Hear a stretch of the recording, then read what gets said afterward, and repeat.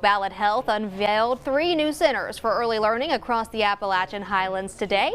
Here to tell us a little bit more about these new centers is Paula Masters. Paula, thank you so much for joining us today. Thank you for having me. Well, first off, congratulations on opening these new centers. I know there's been a lot of hard work put into these, so let's talk a little bit about where they're at and what they are. Yeah, absolutely. So we are so excited today to really launch 3 new child care centers. They are referred to as the Centers for Early Learning: Johnson City, Lebanon, Virginia, and Greenville, Tennessee. So how did you guys pick those locations? So when we were looking at what was one of the primary priorities for our team members and for what we were hearing from the communities, it was all about a child care shortage. And so what we wanted to do was really be able to be part of that solution. So we looked across the region, we did an analysis, we did a team member internal survey, and doing that we were able to pick some of the areas that we saw had the most need and then select there to really place the centers that we wanted to open first. So let's talk a little bit about these centers and kind of what makes them different from other child care options. Yeah, absolutely.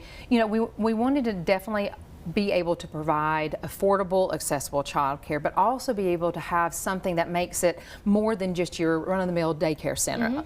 So what we wanted to do is really that Center for Early Learning. That is aptly named because we really chose a curriculum that focused in, it's evidence-based, it's also play-based, it has early STEM, early literacy, but and also focuses in on that social and emotional growth, which is so monumental. When we want our kiddos to be kindergarten ready, we have to really look at that whole child and its growth and its potential. Well, speaking of being kindergarten ready, what are the age ranges of the kids that are going to these centers? Yeah, absolutely. So we start from 6 weeks all the way to up to age 5 where they would enter kindergarten. Wow. And let's just again talk about how important it is to have, a place like this to prepare them, because we all know that, having a strong start is what sets you up for success later on. Exactly. So not only is this a strategy to really focus in on that intersection of health and economics and education, but it allows for us to meet the need of the family, but also set those kids really up for success. We know that early literacy leads to 3rd grade reading, leads to 8th grade math, and then leads into success later in life.